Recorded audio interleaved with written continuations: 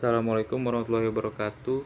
Saya Nabil Fahriat Tamim dari kelas 1KA22 ingin menjelaskan tentang jejaring sosial dan kota cerdas dengan nomor NPM 10125753. Dalam beberapa dekade terakhir, dua fenomena telah mengubah cara kita hidup dan berinteraksi secara fundamental, jejaring sosial dan kota cerdas. Seringkali kita melihatnya sebagai entitas terpisah, tetapi jejaring sosial adalah ruang digital pribadi, sedangkan kota cerdas itu infrastruktur publik. Namun hari ini saya akan membahas bagaimana keduanya tidak hanya terhubung tetapi juga saling berkuat.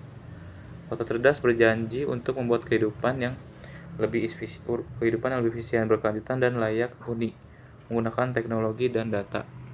Tetapi tanpa partisipasi aktif dan real time dari warganya yang sebagian besar terjadi di jejaring sosial.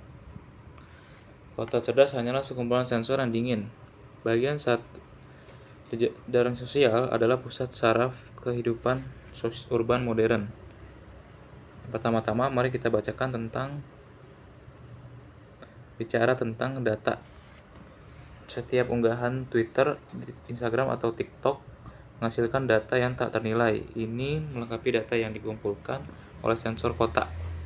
Contohnya ada manajemen lalu lintas, keamanan publik.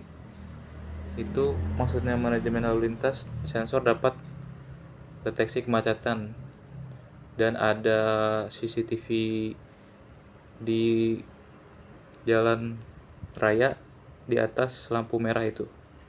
Tetapi postingan warga tentang kecelakaan atau penutupan jalan memberikan konteks yang jauh lebih cepat dan kaya.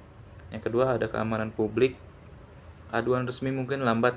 Laporan real time mengenai insiden di Facebook atau grup komunitas lainnya dapat memicu progres jauh lebih cepat. Ini mengubah warga dari sekedar pengguna menjadi selektor bagi kota. Selanjutnya ada keterlibatan warga.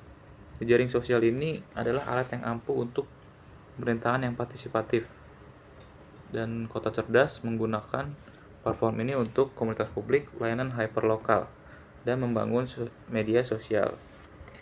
Apa itu layanan hyperlokal? Layanan hyperlokal itu menyampaikan informasi mengenai pemadaman listrik atau jadwal pembuangan sampah langsung kepada komunitas di area tertentu. Selanjutnya ada membangun media sosial.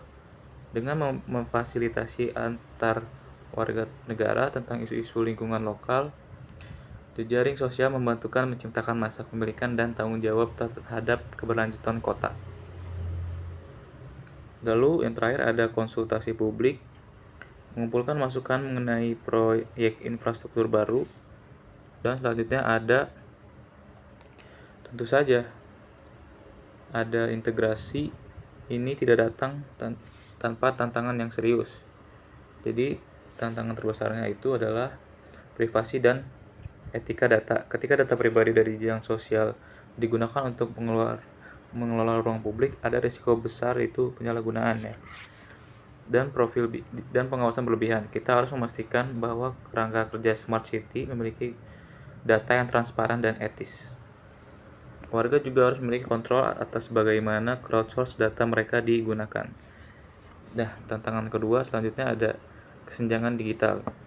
Jika layanan penting Smart City hanya tersedia melalui platform digital, hal itu akan mengecualikan kelompok rentan seperti lansia atau mereka yang memiliki akses internet terbatas. Kota cerdas harus selalu dirancang dengan prinsip inklusivitas, memastikan solusi fisik non-digital tetap ada.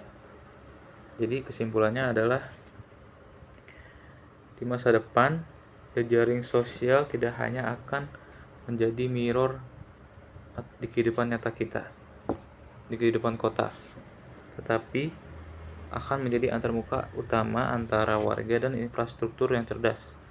Kota cerdas yang sukses bukanlah kota yang penuh dengan sensor, tetapi kota yang paling efektif mendengarkan, merespons, dan memberdayakan warganya dengan teramat baik. Dan saat ini mendengarkan itu berarti memperhatikan percakapan yang terjadi di jejaring sosial. Sekian dari saya, kurang lebihnya mohon maaf. Wassalamualaikum warahmatullahi wabarakatuh.